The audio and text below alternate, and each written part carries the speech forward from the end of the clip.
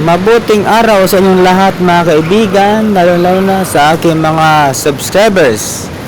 Ngayon po ay ika-13 ng Setyembre 2024. Biyernes 13, sabi nga ng ibang mga paniniwala. Ngayon po ay kinakailangan di umano na dubling pag-iingat dahil ito ang tinatawag na Biyernes 13. Totoo kaya ito mga kaibigan? O pag-usapan natin yan. Unahin muna natin ang sitwasyon ngayon dito sa Metro Manila. Traffic.com. Yan, ang napanood po niyo sa video ay actual video na ating kinunan ngayong umaga. Diyan po yan sa may bandang Magallanes, sakop po ng Makati City. Yan, wala pang gaanong traffic sa flyover. Actually, sa flyover, minsan mga kaibigan, nakadaan tayo dyan. Iniisip natin na pag flyover, convenient. Pero ang nangyayari, mas matraffic pa pala sa flyover kaysa doon sa ilalim.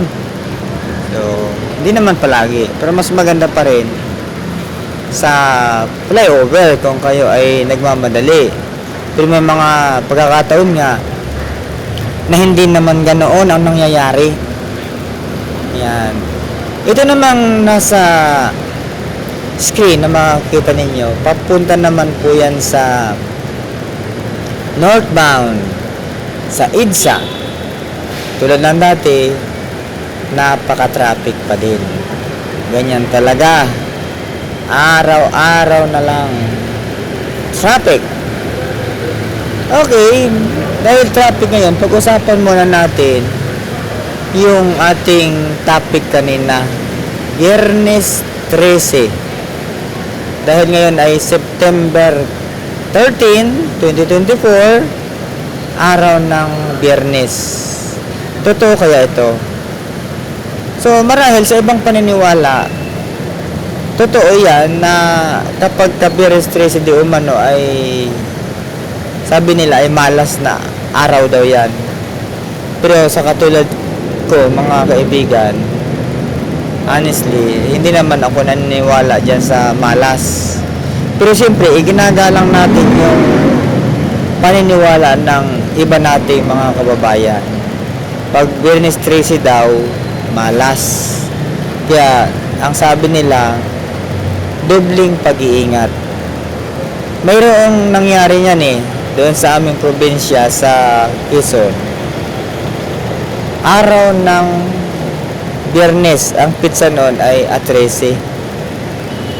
Ang sabi ng mga kababayan natin doon sa tito ko yun, actually tito ko yung pinagsasabihan nila, sabi nila, huwag kang umakyat dyan sa nyog dahil Biyernes 13 ngayon, delikado, huwag kang aakyat dyan, sabi ng mga kababayan ko at mga kamag-anak din.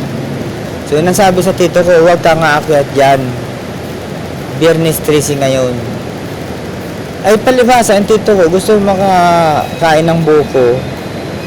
Sabi niya, hindi ako naniniwala dyan sa mga Biyernes 13 na yan.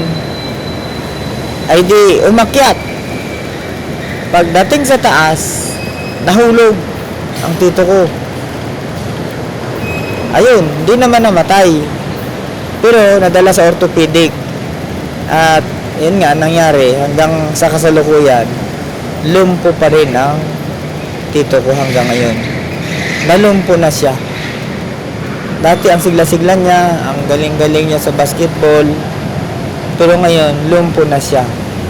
Kaya ang sabi ng mga kamag-anakan namin at ng mga kabayan namin, sinasabi ko na nga ba na huwag kang aakyat dyan dahil Biyernes 13 ngayon. O kung kayo ang tatanungin mga kabayan, Naniwala ba kayo na kapag Biyernes 13 ay delikado? mag-comment lang kayo dito sa comment section. No. Okay. Ayan.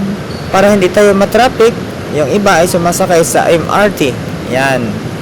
Mas mabilis ang paglalakbay, mas mabilis ang travel kapag nakasakay ka sa MRT station. Ayan, dito na yan sa bandang Mandaluyong sa may Buni Avenue. Yan, traffic. Sobrang traffic. So yun nga mga kabayan. Yun na nangyari sa dito ko.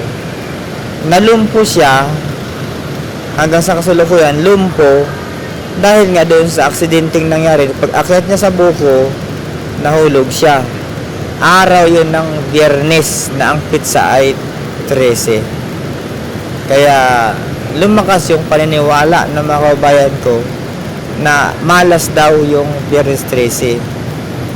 Anyway, kahit anong araw naman mga kaibigan, mga kabayan, ingat tayo, no? Dahil wala namang araw o pizza yan kapag aksidente talaga. Comment section po.